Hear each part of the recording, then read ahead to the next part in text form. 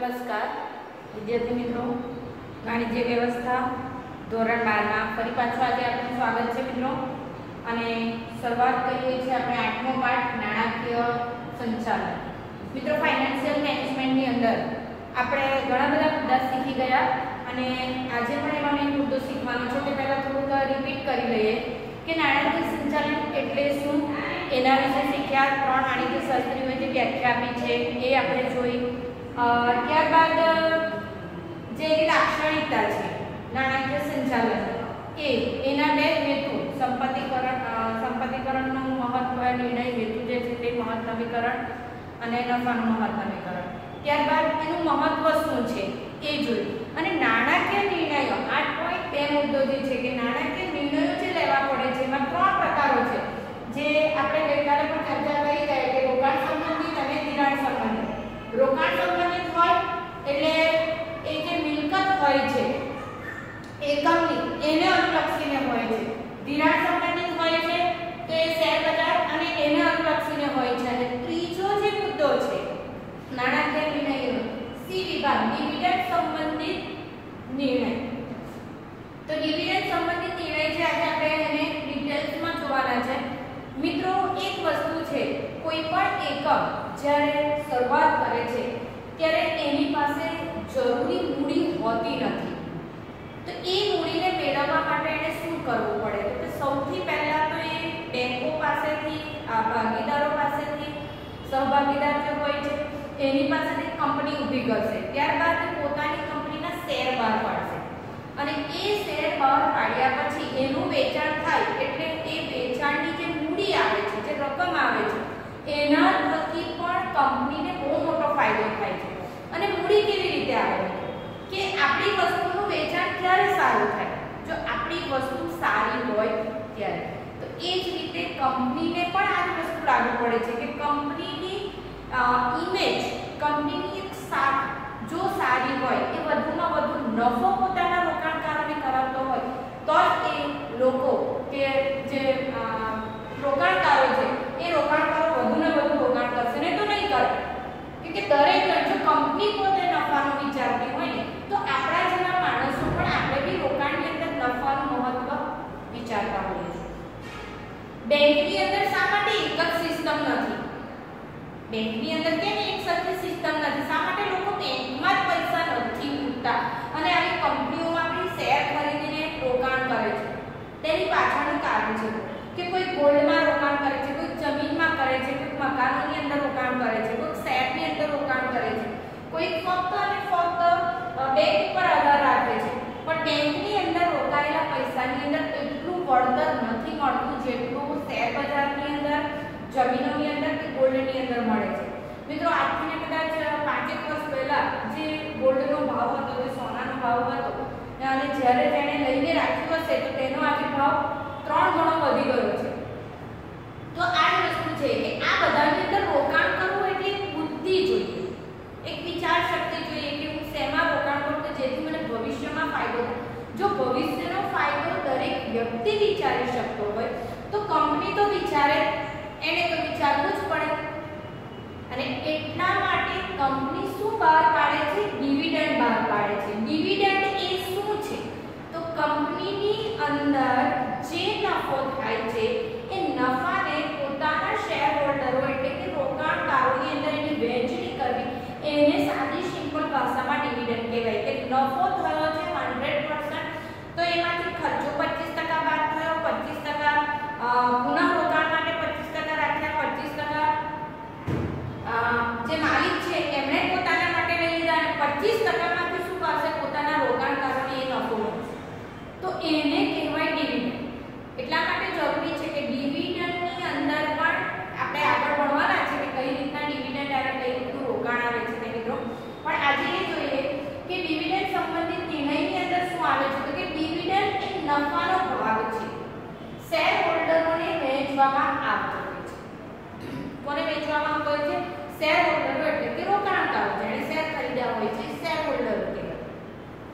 ને મિત્રો, એક વસ્તુ છે, દરેકના માટે દબાણ નથી. આ કેવું છે? સ્વૈચ્છિક ક્રિયાઓ છે. શેની? તમારે શેર હોલ્ડર બનવું છે કે નહીં તેના માટે, એની માટેની પણ પ્રોસેસ આવે. જેમ આપણે બેંકની અંદર ખાતું ખોલાવવું પડે તેમ શેર ખરીદવા માટે પણ તમારે જે એની મેઇન શેર બજારની મેઇન બ્રાન્ચ આવે છે તેની પાસે તમારે ખાતું ખોલાવવું પડે, ત્યારબાદ જ તમે શેરની ખરીદી કરી શકો ને આપલે કરી શકો. અને ઓનલાઈન ટ્રેડિંગ, ઓનલાઈન લે વેચ પણ થઈ શકે છે. જે વ્યક્તિ તમારા ઘરની અંદર કદાચ કોઈ સભ્યને આનો ખ્યાલ હોય તો તમે વધારે સારી રીતે આ સમજી શકો છો કે ડિવિડન્ડ એટલે શું, ડિવિડન્ડ અથવા તો ઇક્વિટી શેર એ આપણે જોઈ ગયા. ઇક્વિટી શેરની અંદર શું આવે છે, મૂડી બજાર જે જોઈ ગયા. ધિરાણ સંબંધિતની અંદર મૂડી બજાર આવે છે, તો કયું તો કે ડિવિડન્ડ શેર આવે, ઇક્વિટી આવે, પ્રેફરન્સ આવે, આ બધા શેર આવે છે. શેરના પ્રકાર છે જે લોંગ ટાઈમના હોય, શોર્ટ ટાઈમના હોઈ શકે છે. તો ડિવિડન્ડ એટલે નફાનો ભાગ છે જે શેર હોલ્ડરોને વહેંચવામાં આવે છે. ડિવિડન્ડ એ શેર હોલ્ડરને તેના રોકાણ પર મળતું વળતર છે. કે ડિવિડન્ડનો સાચો અર્થ શું છે તો કે ડિવિડન્ડ શેર હોલ્ડરને તેના રોકાણ પર મળતું શું છે, વળતર છે, નફો છે. જે પૈસા રોકે છે અમુક સમય મર્યાદા માટે તો એનો શું લે છે, વળતર લે છે, એનો નફા રૂપે લે છે. કે કંપનીને જેટલો નફો થયો હોય, જો નફો વધારે થયો હોય તો વધારે વળતર મળશે, ઓછો થયો હોય તો ઓછો. એટલે પછી રોકાણકારો વિચારશે કે આ કંપની મને વધુ નફો કરે છે ને, તો મેં અત્યારે 200 શેર લીધા છે તો મારે હજુ વધારે લેવા છે. એવું સંખ્યા નથી, 100 નક્કી છે, 200 એમાં એના માટે કોઈ સંખ્યા મર્યાદિત નથી. તમે ઈચ્છો તેટલા તમે શેર ખરીદી શકો, પણ હા કંપની એક જ વ્યક્તિને અમુક મર્યાદાની અંદર જ શેર આપે છે, એમાં મર્યાદામાં શેર આપશે. ક્યારેક એવું બને કે શેરની સંખ્યા વધારે હોય ને તો એ કંપનીનો ભાગીદાર બની જાય છે, કે એને બહુ બધું રોકાણ કર્યું છે. એટલા માટે કંપની પોતાના નીતિ નિયમ અને નિયંત્રણો દ્વારા શેરનું વેચાણ કરતી હોય છે, કેમ કે એને કાયદાકીય નિયંત્રણો પણ નડે છે. આપણે જોઈ ગયા કે ધિરાણ સંબંધિતમાં જોયું કે ડિવિડન્ડ આવે કે પ્રેફરન્સ આવે તેમાં કાયદાકીય નિયંત્રણો પણ આવે, રાજકીય પરિસ્થિતિ પણ આવે, ઘણું બધું અસર કરતું હોય છે. અત્યારે આપણે જોઈએ તો કે કોરોના કાળ ચાલી રહ્યો છે, તો કોરોના કાળની અંદર આપણે જોયું કે વૈશ્વિક બજાર જે છે એ મંદી તરફ ધકેલાતું જાય છે, એના ભાવ ઓછા છે. વૈશ્વિક બજાર સેન્સેક્સ જેવો નીચો જાય એટલે ગોલ્ડનો જે ભાવ છે તે અપ થાય છે. આ એક વસ્તુ બહુ જરૂરી છે જાણવાની કે સોનાનો ભાવ ક્યારે વધે તો કે જ્યારે સેન્સેક્સ જે હોય છે શેર બજાર એ નીચું જાય એટલે સોનાનો ભાવ અપ થાય છે. મિત્રો આજે લોકો પાસે મૂડી નથી, નાણું નથી, કમાણી નથી, ઉદ્યોગો બંધ થઈ ગયા છે, છતાં પણ સોનાના ભાવ આટલા બધા થઈ ગયા અને અચાનક જ સોનામાં ડાઉન આવ્યું. કેમ તો કે પુરવઠો વધારે હોય ને ડિમાન્ડ ઓછી હોય ત્યારે પુરવઠાનો ભાવ ઓછો કરવો પડે, કેમ કે સામે ડિમાન્ડ જ નથી, ખરીદી કરવા માટે લોકો પાસે પૈસા નથી. એટલે એક વિકટ પરિસ્થિતિ જો કહી શકીએ ને આજે આખા દેશની અથવા તો કદાચ ભારત દેશ કરતાં પણ વર્લ્ડના ઘણા બધા દેશોની અંદર આ કોરોનાએ જે અસર કરી છે ને એ બહુ મોટો ભાગ ભજવે છે. એની આર્થિક પરિસ્થિતિ આખી નબળી થઈ ગઈ છે. જે આર્થિક સ્તર જે કહી શકાય એ આખું ડાઉન થઈ ગયું છે. ઘણા બધાના ઉદ્યોગ ધંધાઓ ભાગી પડ્યા છે અને ત્યારે કંપનીઓ પણ પોતાનો જે નફો છે એ સહેજ વાત છે કે નફો ઓછો જ આપશે, કેમ કે કંપનીની અંદર વેચાણ થતું નથી, એકમ પોતાની ધ્યેય સુધી પહોંચી શકતું નથી, એ પોતે વેચી શકતો નથી, પોતાનો માલ ખરીદાતો નથી, કોઈ જગ્યાએ એનો વેચાતો નથી, ઉત્પાદન ઓછું થઈ ગયું તો કઈ રીતે પોતાના શેર હોલ્ડરોને વધારે રોકાણ આપશે. એટલે અત્યારે શેર બજારની અંદર પણ ભાવ કેવા છે, વ્યાજનો દર કેવું છે, એકદમ લો છે અને વળતર જે આપે છે તે ઓછું આપે છે. ત્યાર પછી ડિવિડન્ડ સંબંધિતમાં ત્રીજો મુદ્દો આવે છે સંચાલકે નક્કી કરવાનું હોય છે કે કેટલો ભાગ ડિવિડન્ડમાં આપવો. સંચાલક મેનેજમેન્ટ જે હોય છે એને પોતે નક્કી કરવાનું કે મારે ડિવિડન્ડનો ભાગ કેટલો આપવો છે. મેં તમને દ્રષ્ટાંત આપ્યું કે ચોથા ભાગનું એવું નથી, એ ફક્ત દ્રષ્ટાંત આપ્યું કે આ રીતે વહેંચવામાં આવે છે, પણ બધી જ વખતે ચોથા ભાગનું નથી આપવામાં આવે. જે કંઈ નફો મળે છે એમાંથી અમુક ટકા ડિવિડન્ડની અંદર શેર બજારની અંદર આપવામાં આવે છે. મિત્રો ઘણી વખત એવું બને છે, કારણ કે અમે પૈસા રોક્યા હતા, અમને ખબર કે જેટલો ફાયદો થાય ને એટલો રૂપિયાનો 1.5 રૂપિયાનો પણ ફાયદો થાય તો તે પણ એ ખાતામાં નાખવા પડે અને એનો પણ ચેક મોકલવો પડે છે. ઘણી વખત એવું થાય કે કંપનીને આટલો નાનો નફાની અંદર એને જે પ્રોસેસ કરવાની પ્રક્રિયા જે છે એનો ખર્ચો વધી જાય છે, એને પોસ્ટ કરવો, એના માટે ચેક લખવો અને એની ટિકિટનો ભાવ જે છે એ પોસ્ટની અંદર એના જે 5-10 રૂપિયા તેની સામે જો ચેક હોય ને તો 2 રૂપિયાનો કે 1 રૂપિયાનો પણ ચેક આવે છે. કંપની આ રીતે પણ એને નફો પોતાનો ચૂકવવો પડે છે. વર્ષના અંતે જે કંઈ લાભ થયો હોય તો તેને ચૂકવવો પડે. ચાલો મિત્રો, હવે પરિબળો જે અસર કરે છે, કોને અસર કરે છે? તો કે ડિવિડન્ડને અસર કરતા ડિવિડન્ડ સંબંધિત પરિબળો જે છે અહીંયા અસર કરતા પરિબળો આજે આપણે જોવાના છે. એમાં પહેલું છે કે ચાલુ નાણાકીય વર્ષ દરમિયાન કંપનીનો વહેંચણીના જે પાત્ર નફો થતો હોય તે નફાની વાત કરી છે કે ચાલુ નાણાકીય વર્ષ દરમિયાન કંપનીનો વહેંચણી પાત્ર. મિત્રો, નાણાકીય વર્ષ ક્યારથી સ્ટાર્ટ થાય છે? તો કે એપ્રિલ અને પૂર્ણ ક્યારે થાય છે? માર્ચ 31. આ નાણાકીય વર્ષ છે કે 2020 માં નાણાકીય વર્ષ આપણું સ્ટાર્ટ થયું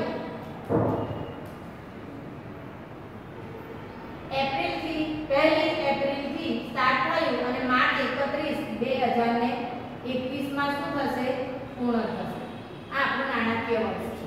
નાણાકીય વર્ષ યાદ રાખજો, નથી જાન્યુઆરી થી ડિસેમ્બર. નાણાકીય વર્ષ આખું જ અલગ છે, જે પહેલી એપ્રિલથી સ્ટાર્ટ થાય છે અને માર્ચ 31 પૂર્ણ થાય છે. તેને નાણાકીય વર્ષ કહેવાય છે. તમે અગાઉના વર્ષમાં પણ આ શીખીને આવ્યા હશો, તો આ બરાબર ધ્યાન રાખવાનું છે.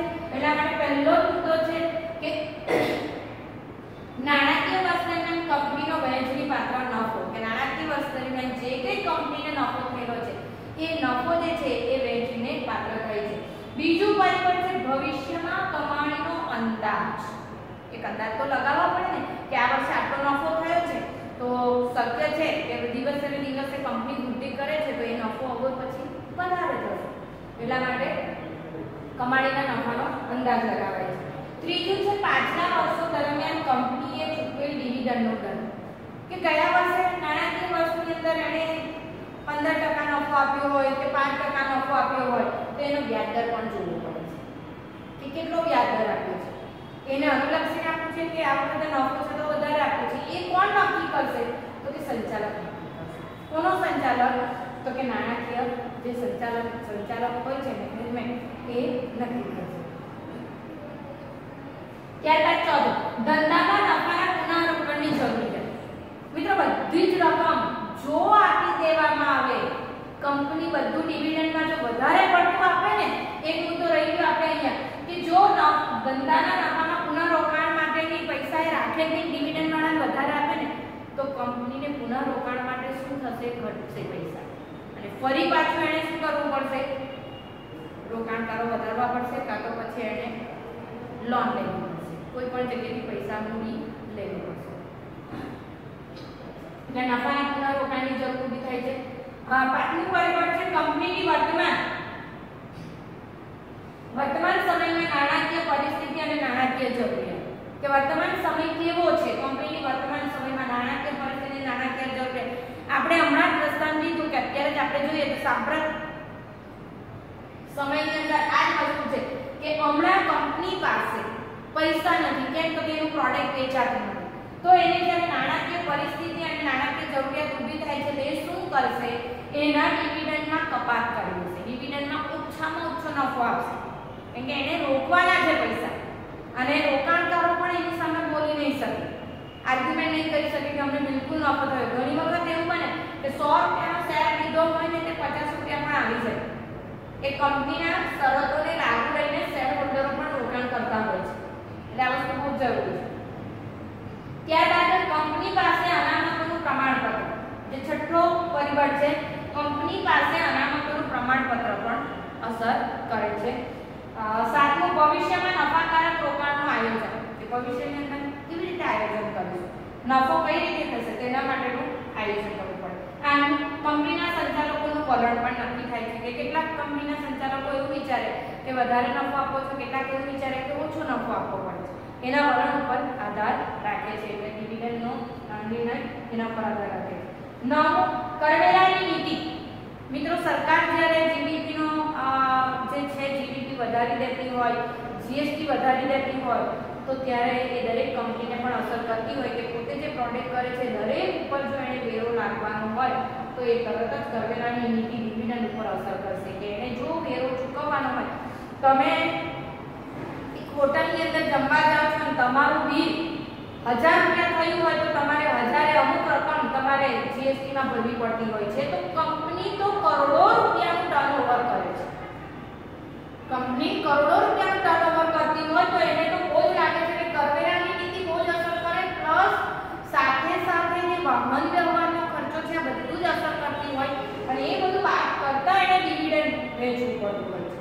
એટલે ઘણી વખત રોકાણકારોને ખોટ પણ જતી હોય અને ઘણી વખત રોકાણકારોને ફાયદો પણ થતો હોય છે.